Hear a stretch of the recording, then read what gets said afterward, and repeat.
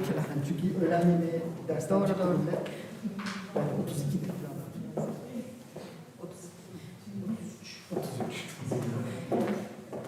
33'te başlayalım.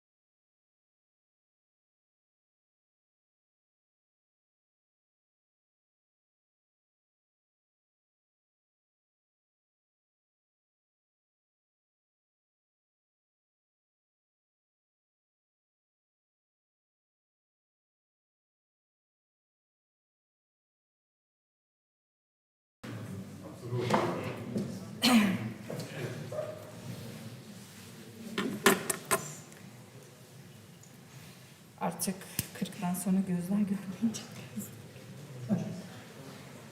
30. Okay. Dear faculty members, dear students and our guests, welcome to our library.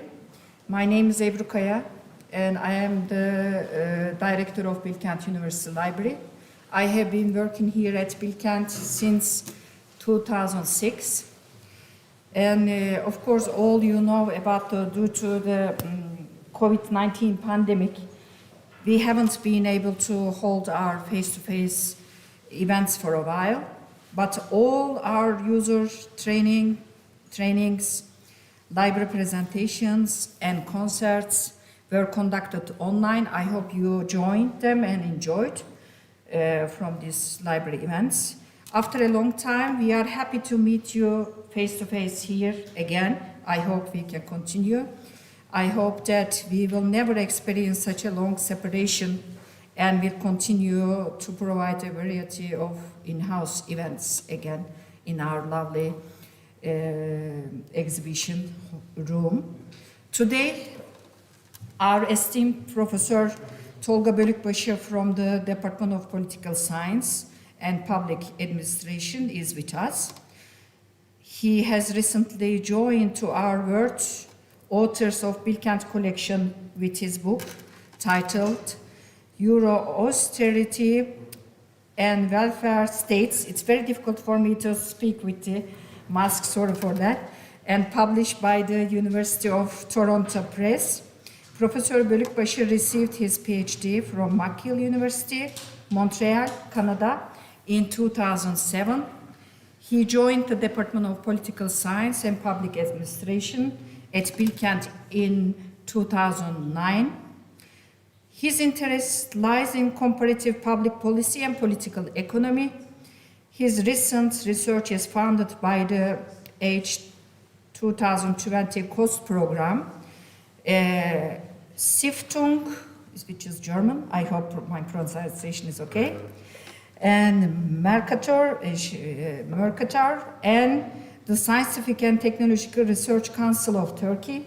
He recently held visiting appointments at the Center for European Studies at Harvard University and Stockholm Institute for Social Research at Stockholm University. We are very pleased to have him here, actually. Now I am honored to invite Professor Bölükbaşı to deliver his lecture and thank him very much for today. Please, Mr. Bölükbaşı, the stage is yours now. Thank you in advance.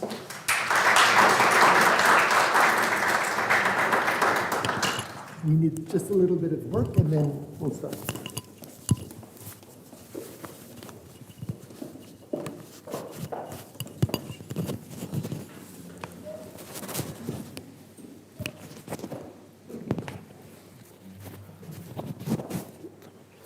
Okay, welcome to this room after such a long time. Welcome to this talk. I'm very, very, very pleased to have you around. It's a very nice feeling to have friends, colleagues, and of course, my students. I'm delighted to be here with you, especially talking about something which I've been working on for I think I'm entitled to say many decades, more than 2. So the talk will be today on Euro-Austerity. We live in a world of Euro-Austerity. I was born as, in my generation was born into austerity politics. By austerity, we mean belt tightening. By austerity, we mean, constricting, restricting, reducing expenditures. By austerity, we mean cutting back on programs. By austerity, we mean, raising taxes. So all of these really meant that as people of my generation have been tasting over, and today again, we do live in a world of austerity. I want to hold your hand and go back to about 30 years ago, when austerity was institutionalized in Europe, with a magisterial, huge, humongous treaty called the Maastricht Treaty. Officially, it was named the Treaty on the EU, on the European Union. This was when, 30 years ago, the Maastricht Treaty was signed, actually about 30 years ago and less than 2 months. So February 1992. And then the EU came into being, and with this idea of integrating politically, integrating a union, there came the idea of crowning all this with a common currency, the euro, which in my country, I would say we used to have in our bank accounts, given the exchange rate. So I want to talk about this project, and which many of us thought, including myself, would spell the death knell of the European social model. In the words of my colleagues, would really be the altar upon which the European social model would be ultimately sacrificed. So very dramatic scenarios. 30 years ago, this was what we were thinking. I was a student like some of you here. And then I was reading the news and following what was going on and was thinking, oh, this is going to have dramatic consequences for all this. So what's really going to happen? That was the hot potato of the day, the hot button issue, hot button policy issue of the day. And it never stopped. We've seen one austerity episode. I call them episode 1, episode 2, episode 3, as you'll see, one austerity episode coming after another. So let me briefly walk you through the presentation today. I want to keep you for about 35 minutes. I hope I can make it in 35 minutes. If you have any information questions, please raise your hand or just shout if you don't understand the term. I'm game, and I asked my director here, and she's also game. So we can do it as informally as we may be able to. So quick introduction to history of economic and monetary integration, to newer generations, to more recent generations. And I want to emphasize here the common scenarios, the common expectations, the so-called conventional wisdom of the time, what everybody was expecting. And then the research questions that underlie the work I've been doing over the past 2 decades, and my findings, and my findings on the 1990s. What does the first episode of Euro-Austerity during when countries really tried to make it to the slimming club? I'll explain how, I'll explain why. To the EMU in that period. How did social expenditures fare during that period? And then I'll talk about in 3 countries how reforms were carried out, the politics of reforms, the political economy of reforms, so-called. And then towards the end, I want to sum things up on what the first episode of austerity shows, which will hopefully drive or draw or help us draw some lessons for austerity today. In the world of COVID, a little bit of history. I won't bore you, I hope, just a little bit here. Late 1980s, the world had gone through a world economic crisis, 70s, 72, 73, 78, 79, the oil shocks, and then the conservative revolution, Ronald Reagan, Margaret Thatcher, Helmut Kohl in Germany, Suarez in Spain, and González in Portugal, Turgut Özal in my country, 1980s. They all, the conservative revolution was sweeping all across Europe and elsewhere. And 12 member states aimed at, in all kinds of economic turmoils coming out of the 1970s, they thought, okay, we need an area of monetary stability. We need a stable market, and they were already uniting economically. They had built a common market, and they wanted to crown that single market with a new currency. So they signed the Maastricht Treaty almost exactly, as I said, 30 years ago. And through this treaty, they wanted to launch what they called the Economic and Monetary Union. And they established some criteria. Think of it as a slimming club. So if you want to be a member of this club, you need to slim down. What does slimming mean? You had to reduce your inflation. You had to be behaving on your interest rates.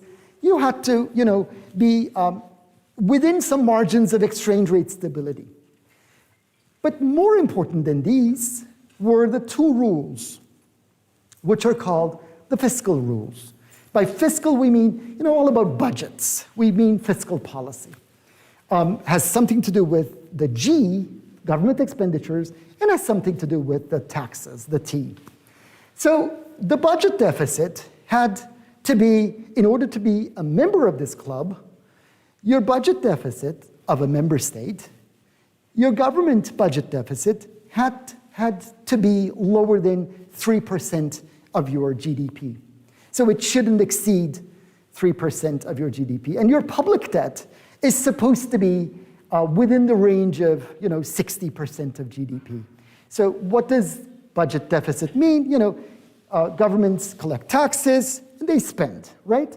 So the deficit should not be more than 3% of GDP. By GDP, I mean the value of all goods and services produced in an economy in a given year. So think of everything, and then that's your GDP, and 3% and 60%. And the lawmakers, the treaty makers, called this the excessive deficit procedure. So they wanted to emphasize this procedure by saying, okay, you can't do more than 3%, you can't do more than 60%. And you can imagine which countries led the way. It was verboten to exceed these limits. So fiscal rules were the hardest to qualify, were the hardest to satisfy, because Europe, soon after the treaty was signed, Europe went into a recession. Recession means your GDP is shrinking, your revenues are shrinking, your taxes are shrinking, and you have to spend on those who are poor and the needy. That means you have to really square the circle of satisfying citizens. So these fiscal rules and the workings, the mechanisms, the instruments behind them, the procedures behind them, I call Euro-Austerity. So Europe, austerity was institutionalized in Europe through this very important treaty, which really made history. So by Euro-Austerity, once again, I'm talking about EU constraints on government budgets, those constraints, which are all about reductions in spending, conserving resources, even at a time of economic hardship. So this is what I mean by Euro-Austerity. The austerity rules have been tested in the 1990s, immediately after, because we've gone into a recession. And this episode, I want to call from here, like here, and also in the book, is Euro-Austerity episode 1. Once many countries went off course with their public debt and budget deficit figures, the Germans twisted the arms of all other member states and said, okay, we're going to build a stability and growth pact, and which was supposed to be working as the sharper teeth of the treaty. And if member states violated the fiscal rules, they would not just be able to join the EMU, the Economic and Monetary Union, but that they would be penalized also. You have to be fined if you break those rules. The drive for the euro was an arduous one. 11 first, and then the 12th member state, Greece, were able to make it to the first round. And the euros you have in your hands are actually, or the euros we used to have in our hands before the series of depreciation in my country, are the fruits of this process. This is what the process looks like. As you can see, when things started, most countries were cuddled around the 3% and the 60% rules. So they were really close. But as the recession went deeper, things changed.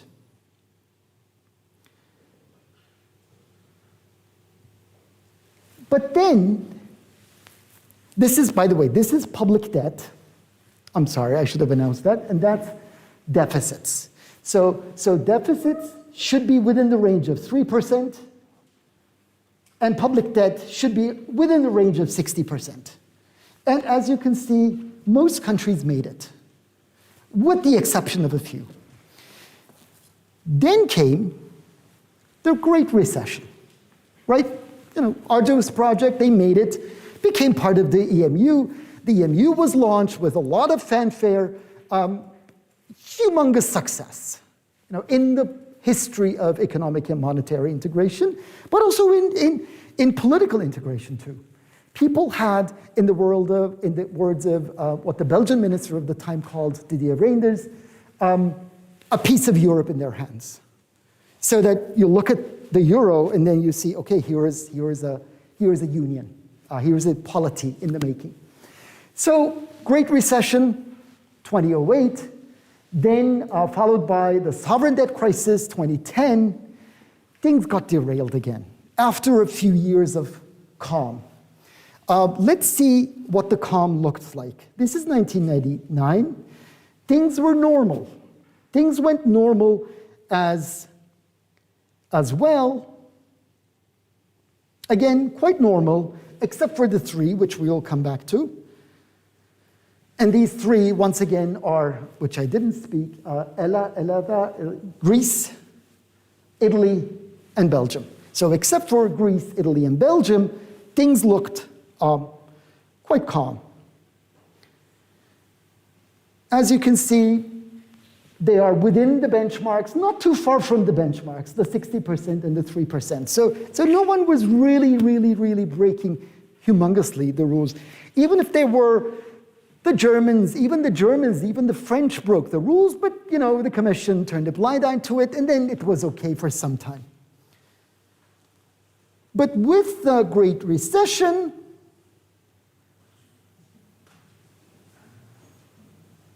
things really got messy.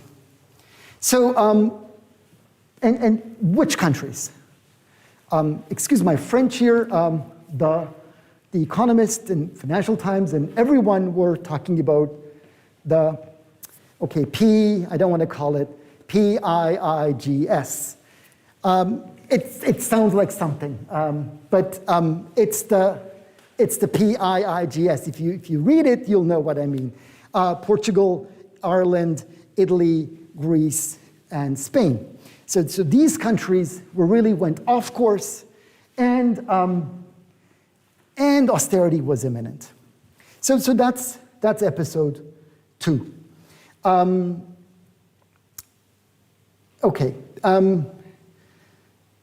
So this talk here, I want to talk about the impact of what happened back in the 1990s on welfare states, based on the book I just published last year, from which I want to draw lessons for Euro-Austerity episode 3.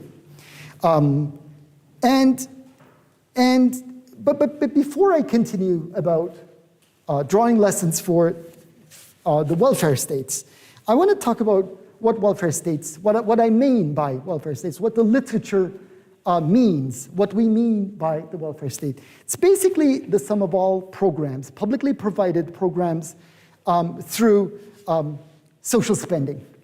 And by social spending, I mean, think of all budgets, some of which, around 60% of which, almost 2/3 of which, in many countries it's over half of which goes to these programs. What are these programs? The largest program is old age, pensions. A second one, again quite large, is healthcare and sick pay and sickness. Another one is unemployment. Another one is disability, incapacity, or incapacity-related benefits. Another one is family benefits, which include parental leave, and other benefits, child benefits, and all that.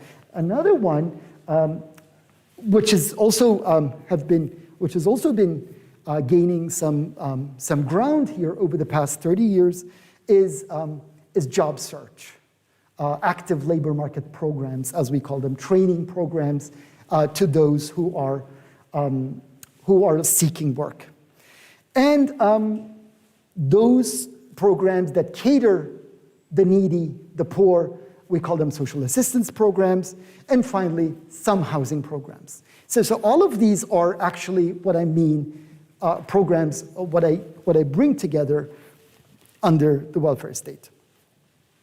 What were the common expectations? Back then, as I have signaled, Europeans over the 1990s were vehemently in favor of the euro.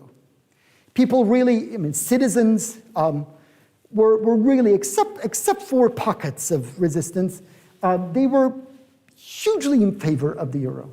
But scholars, policymakers, and millions were extremely concerned about the dire scenarios. because they were thinking, okay, the 3% rule and the 60% rule meant that you had to be slimming down, that you had to be, retrenching those programs, the programs I just showed. So many expected, most of us expected seriously dire scenarios, like Cassandra's, like as I said, this Euro business or integration, economic and monetary integration, would really spell the death knell of the European social model, in the words of some colleagues. What was the mechanism like? Fiscal rules, the 3% and the 60%, would become a fiscal overkill. So that it would squeeze, these would squeeze governments, and it would also squeeze welfare states. Like government expenditures would have to be retrenched, 60% of which are welfare state expenditures anyway. So all of this had to be cut back. So welfare state would be retrenched.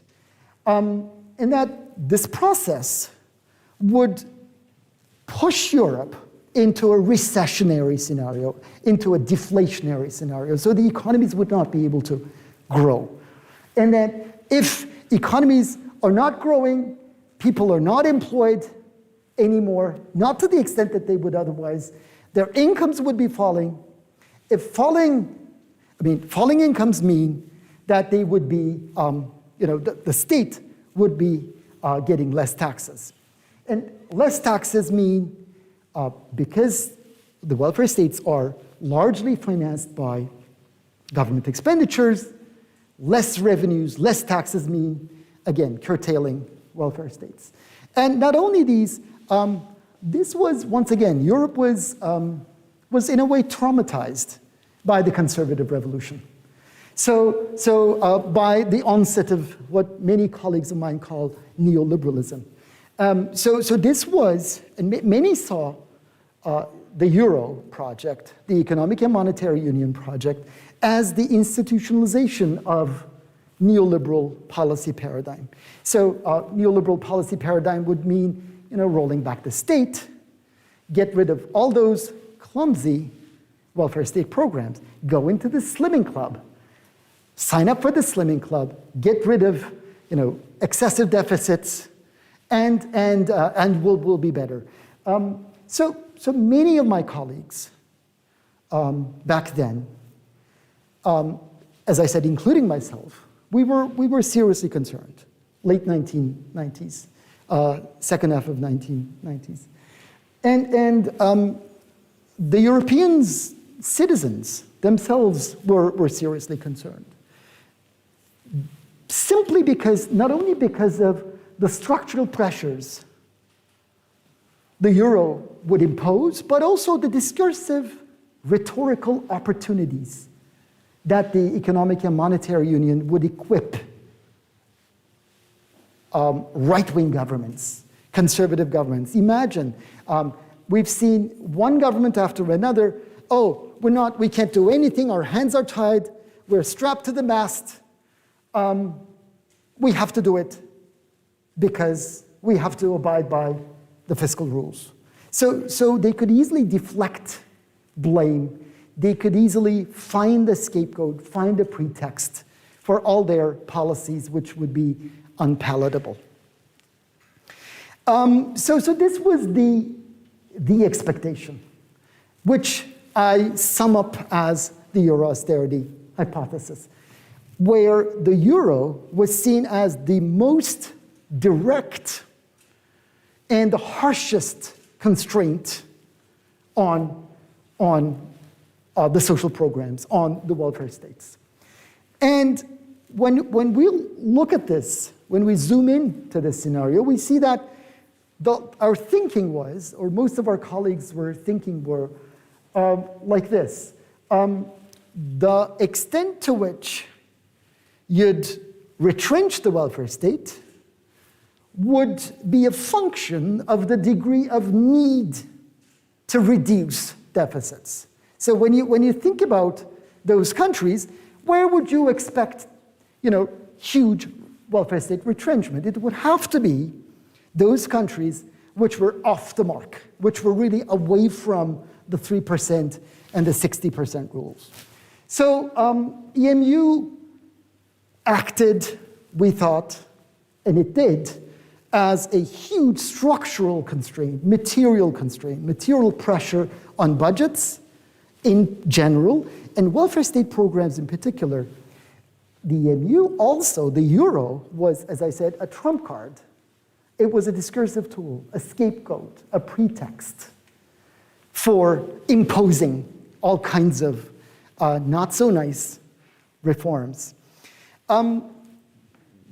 This is what things looked like back in 1993. So this is where most countries were. Only Luxembourg is making it to the EMU, it seems. And we've got Greece, Italy, and Belgium. So I thought, or we thought, if there would be any welfare state retrenchment, it would have to be in these, what was called the basket cases of the time. The Economist was writing stories like first, referring to the first round of EMU, or burst. So they had to make it, and they did make it in the end. My research questions. Why are we here? What does evidence on welfare state reform show in this treacherous decade? So everyone had to bring their deficits and public debt down, but how did things turn out? How did Euro-austerity constrain, or to what extent Euro-austerity constrain fiscal policy? Did it have any bite on welfare state reform? Because, as I said, we all expected that the welfare state would go down the drain in this decade. And what do we find here? And finally, what insights can we draw from episode 1 for now? The data I collected and analyzed are basically, in a multi-method research design. Social expenditures, I'm relying on the OECD's social expenditure data set, the database, public social expenditures, and I also look at some program-level developments in Belgium, Italy, and Greece. Very quickly on social expenditures. The panorama looks more like what Esping Anderson calls a very influential sociologist working on the welfare state, a frozen landscape. What Paul Pearson, another political scientist who works on comparative welfare states, call resilience, some kind of persistence. So when we look at public social spending figures, we see that social spending remained rather stable. So social spending remained rather stable at a time, that was stunning to see, at a time when government spending was reduced. So 60% of which is social spending. So government spending is reduced, social spending is stable. That means the governments have cut back from other programs, couldn't touch or didn't touch those programs that I just signaled. What are those programs? We're talking about defense. We're talking about law and order. We're talking about government's operating costs, like public services. We're talking about, and very importantly, subsidies. All kinds of subsidies, like industrial subsidies, agricultural subsidies. So cutting back on them. So we do see a lot of prioritization of welfare state programs in the budgets. So the salience of welfare state programs within getting smaller budgets, budgets which are getting smaller, had been increasing. We do see a shift away from, therefore, non-social goals towards social priorities. So that's one. Second set of data. I then looked at real social spending. And I divided real social spending in millions by the number of dependents. I calculated the figures. What do I mean by dependents? Who are the clients of welfare state programs? It's mostly the elderly, who are on pensions, and of course for healthcare purposes, and the unemployed. So I calculated numbers in real terms, not in monetary values, but in real terms, I took out the effect of inflation and divided these numbers by those populations who are beneficiaries of the programs. And I saw that no decline in social standards, which was, again, a huge surprise to including myself. I mean, I wrote my master's thesis with Professor Korkut Boratov at Ankara University, saying, whoa, this neoliberal paradigm will really spell the death knell of European social model. It's going to be doing this, that, and the other to unemployment. Unemployment will be rising, and then European social model, bye-bye. Didn't happen, which was stunning to see. Then I looked at cases which were running for EMU and others which didn't. And I saw that there isn't many differences, meaning that the euro did not really make a huge difference in terms of your welfare states. Which brought me to the conclusion that the evidence was simply overwhelmingly at odds with the Euro-Austerity hypothesis, which again was what I was thinking along. Then I looked at government by government in 3 countries, and how did they do reform? What did they do for reform? All governments that came to power, regardless of their political coloring, like left, right, and center. All governments in all 3 countries, Italy, Belgium, Greece, they aimed at welfare reform. In all the election manifestos, they say we have to get into EMU and we have to be retrenching our welfare states. And they did have the trump card. They all justified everything by saying, hey, Maastricht, I'm not doing anything, I just have to, my hands are tied, I have to do it for Maastricht. Then I found out, yes, there were some, what many colleagues call Copernican revolutions, like humongous fiscal miracles.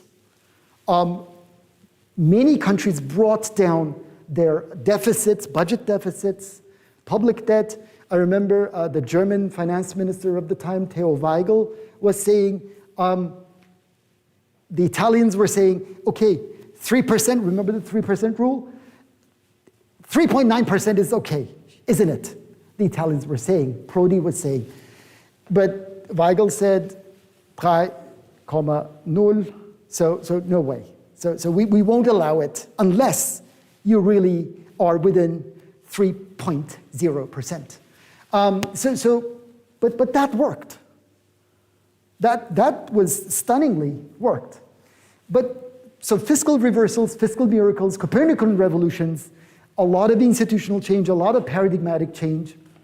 But when it came to welfare state reform, these governments' capacity to reform were seriously constrained, were seriously limited by unions, organizing millions of people. Millions of people, imagine hundreds of thousands of people on the Piazza Repubblica in Rome, or port workers stopping ports, or like all by unions, organized by unions. Garbage collection. No more garbage collection for 15 days in the heat of summer in Athens. Just imagine what things were like. That's 1990s for you.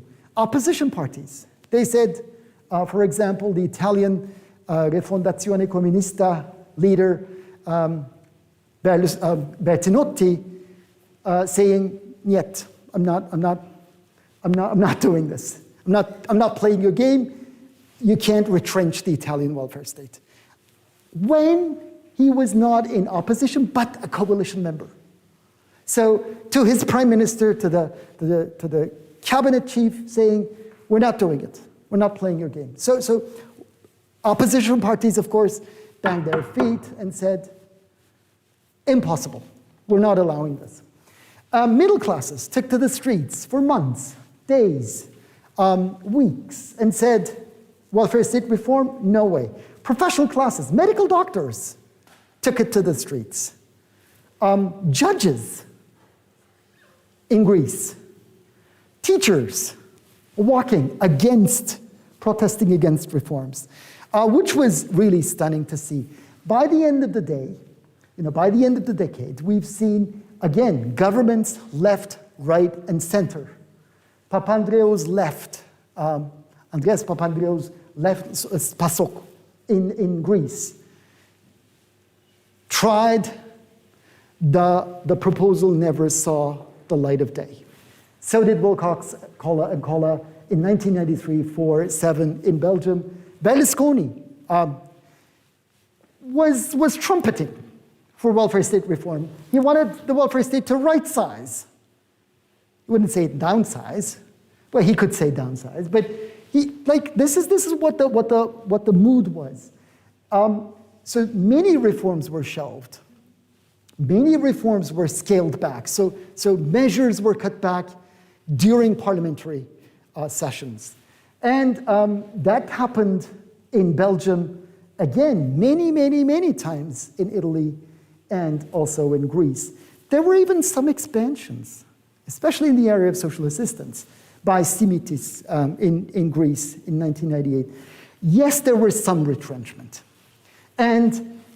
But when I looked at these in particular, in more detail, the impact of these retrenchment measures were phased out towards later generations with longer transition periods. And savings, that meant savings come or would come like 10 years later, beyond the Maastricht timetable, beyond the Maastricht strictures. So that was what I found here. But the question is, if there is no significant retrenchment, then how did Italy, Belgium, and Greece pass the Maastricht test? Well, they opted for politics of Plan B, meaning they adopted alternative pathways, alternative routes to Euro-Austerity through raising taxes, raising privatization revenues, reducing non-social expenditures, and a lot of creative accounting, euphemistically put that is. You're cooking the books. You're fudging the numbers. Well, it says it's actually 8.0, but that's a typo. That sounds like 0.8 or 2.8. So a lot of fudging and cooking the books went into this process. So what do I make it? What do I make of it? What do we have to make of it? We should make of it. We as human beings have a habit of overestimating pressures. We look at constraints and we draw conclusions. We jump into conclusions a lot. So we overestimated, including myself, as I said, mea culpa here, we overestimate pressures. The power of the Euro-Austerity as a constraint on welfare states was the name of the game. We were mesmerized by this project, and then we really thought, okay, welfare states, no more. The end of it. The end of welfare state as we know it. And we also overestimated the power of Euro-Austerity as an opportunity for reform. Remember, they all had the trump card, the euro. We can do it, we have to do it because Maastricht tells us so. Well, that also worked only for welfare state reform, for fiscal reform, but not for welfare state reform. And finally, we underestimate the politics of reform. There's a lot of degree of resistance to reform, and there is a lot of room for fiscal maneuvering. This is the most recent, over the past year or so, what The Economist has been saying. COVID-19 has transformed the welfare state. What changes will endure? How to make a social safety net for the post-COVID world. a classical liberal, as they call themselves. The economists have been talking about one scenario after another, where the world is entering a new era of government. And look at what government looks like in the eyes of the economist. Something broken, something not working, something too clumsy, something erratic, something sclerotic. So what will happen to the welfare states? Governments are not going to stop getting bigger. They call it the great embiggening. The return of big governments sparks questions for Europe. This is, again, the economist. The triumph of big government. This is so interesting. As a state's footprint expands, how should classical liberals respond? Quoting Milton Friedman, some of you may remember Milton Friedman's name. Keep your eye on one thing and one thing only, Friedman would say. How much government is spending? Milton Friedman once said. Today, his eyes would be popping because on current forecasts, government spending will be greater as a share of GDP in 2026 than it was in 2006 in every major industrial advanced economy. So what are the lessons to be drawn here? We are expecting austerity. Mesdames et messieurs, meine Damen und Herren, we should expect austerity. In exploring who gets what, when, and how, however, my work, what I've found, is that there is the primacy, there's a centrality of politics of reform. So we should also be not overlooking the politics of reform, but we should, the domestic politics of reform really has been very much more important than the economics of rule-based external constraints. Permanent austerity outcomes are likely to represent less the imprint of frontal attacks, the imprint of Cassandras, the imprint of COVID, net zero emission targets, but more government's choices, in the sense that whether governments enthusiastically embrace or whether they are discursively taking advantage of these pressures, or they're bravely resisting these external constraints, will rule the day. This is where I want to end, and thank you for listening. We have a few more minutes, I think, for questions. I'd be happy to take any questions you may have, but I know that we have to rush for classes. Some of us are in a rush too. Please feel free if you have any questions. Right, Ebru? Yeah. Any questions? I'd be happy to entertain a few. Or any comments? Any comments? Yeah, of course. Any comments? This was, as I said, this was when I was growing up.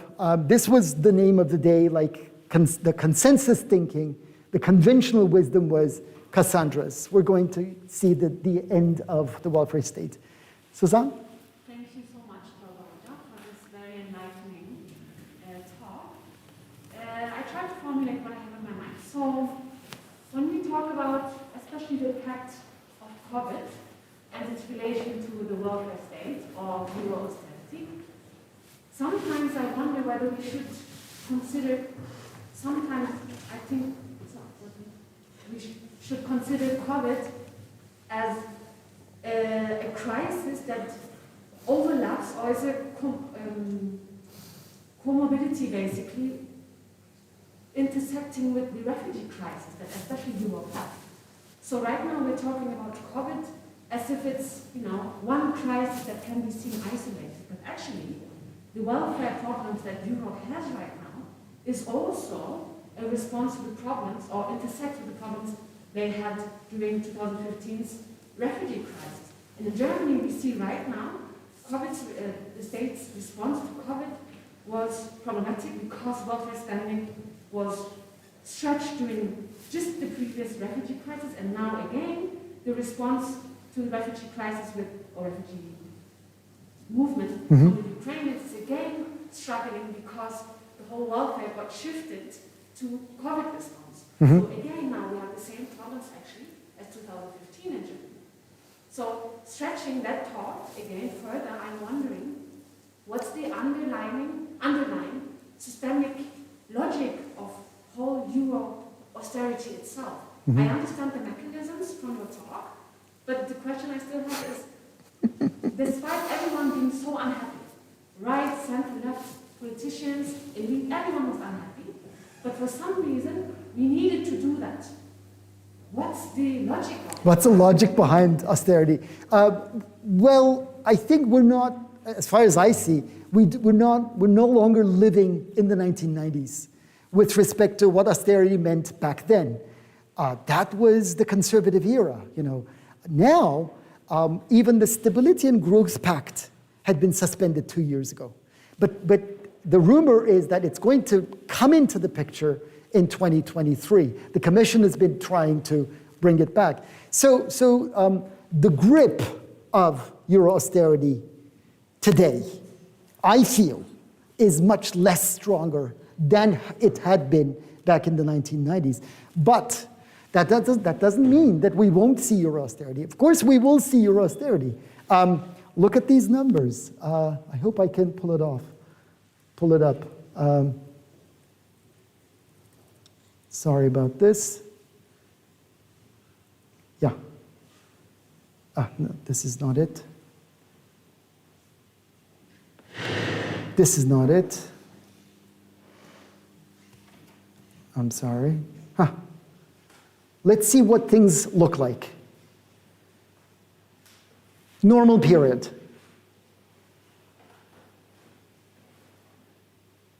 2019, 2020. So as you can see, like budget deficits, public debt at unprecedented levels. Not like wartime, of course, but or even comparable to wartime. I'm talking about 1940s. So pressures are mounting. And not only COVID, you're right, the refugee crisis. Not only the refugee crisis, imagine what's going on, protracted conflict today up north. Aging populations. We've entered into what many colleagues call the pension time bomb, right? And net zero emissions, those targets, very difficult to achieve. So what's the deal with austerity? Well, the grip of austerity is not, as I said, is not as strong as it used to be. But still we are going to be seeing, I predict, austerity again, because these can't stay here. These will, I mean, when we looked at the estimates for 21 and 22, everything is going in that direction. So we're already in austerity, already in. But when you look at the spending of governments, skyrocketing. That means taxes. Taxes will have to be raised. Taxes will have to be raised. So no end to austerity. Whether these will be exacted from the welfare state, that is the question. Thank you for that wonderful comment and question. Any other questions? I know we're rushing. Should we call it a day then? Thank you very much. Thank you very much for joining us, and see you next time. And one more announcement. Please try to log on to the library's website and do the survey. Thank you. Thank you. The user satisfaction survey. Yes, the survey, the user satisfaction survey. Thank you for joining me. Thank you. Siz yaptınız mı?